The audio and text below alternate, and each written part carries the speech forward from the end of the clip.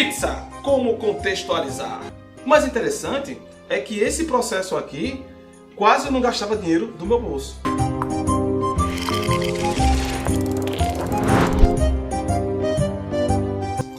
Como eu posso contextualizar esse assunto da pizza, tanto nos ensinos fundamentais, anos iniciais e finais, como no ensino médio? Geralmente no ensino fundamental, anos iniciais, a maioria dos professores, quando trabalham com algum tipo de receita, ou associa a língua portuguesa ou a matemática, que é mais comum. Você vai trabalhar a parte de letramento, de alfabetização também, matemática, a parte de números, cálculos, ingredientes, quantidades, unidades medidas e por aí vai. Poucos são que conseguem associar ciências, a metodologia científica, os processos metodológicos de produção, de elementos, as reações químicas. E a história muito menos, porque eu botei história tanto nos anos iniciais como nos anos finais. E também você pode abordar a aula da pizza no ensino médio, porque a produção do trigo, principalmente, mudou a história da humanidade. Quando você fala no trigo para pizza, para o pão, para o bolo, para qualquer coisa que você imaginar, para o macarrão, você está falando de como as pessoas conseguiram cultivar uma planta, processá-la e alimentar massas.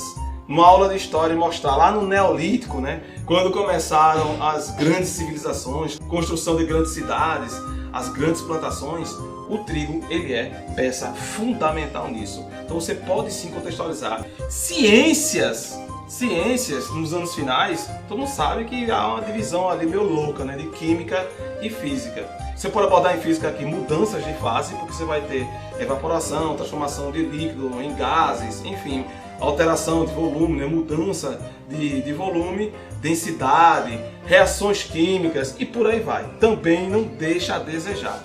E no ensino médio, você pode abordar isso em biologia, química. Olha aqui, eu adoro história, vou insistir nisso até o fim. Até alguém me mostrar, olha Paulo, eu fiz aula de pizza e abordei isso em história, o contexto histórico da pizza, da massa, do trigo, do neolítico, enfim.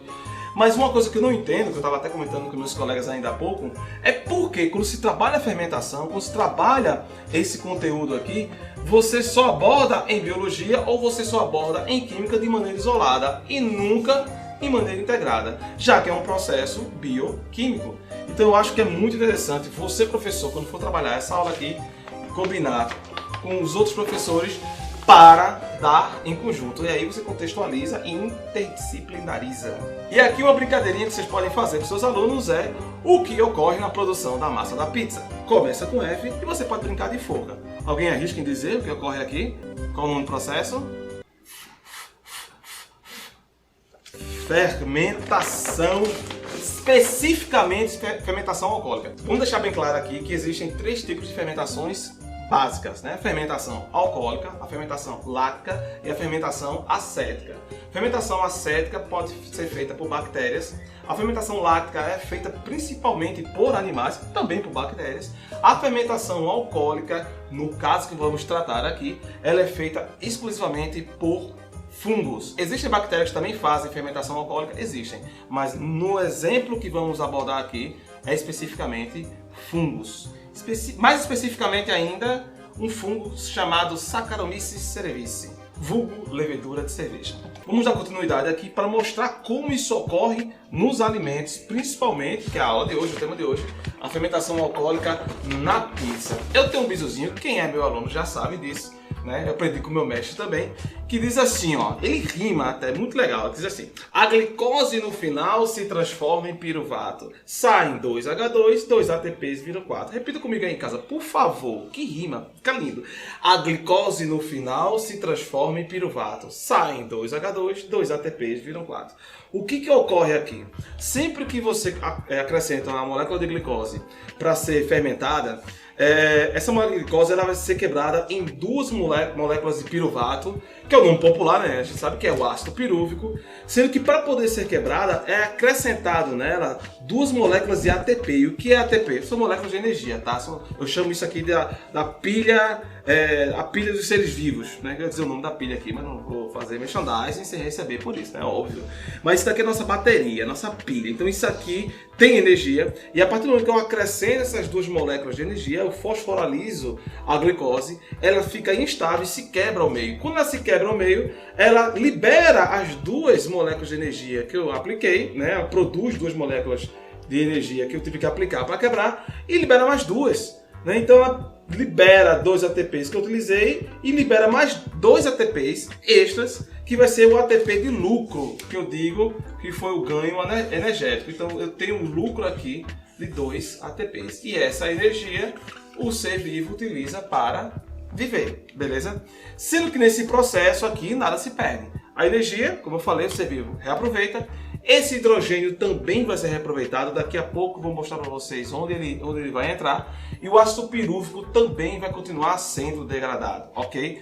Então isso tudo ocorre no citoplasma celular. Para quem não lembra, né? Membrana, citoplasma e núcleo. Pronto, isso aqui ocorre no citoplasma. Depois que a glicose é degradada em ácido pirúvico, como eu chamei popularmente de piruvato, né? O levedo de cerveja vai continuar o processo e vai degradar esse ácido pirúvico. Para isso, ele vai extrair um gás carbônico. Extraindo o gás carbônico, ele muda sua conformação espacial e química.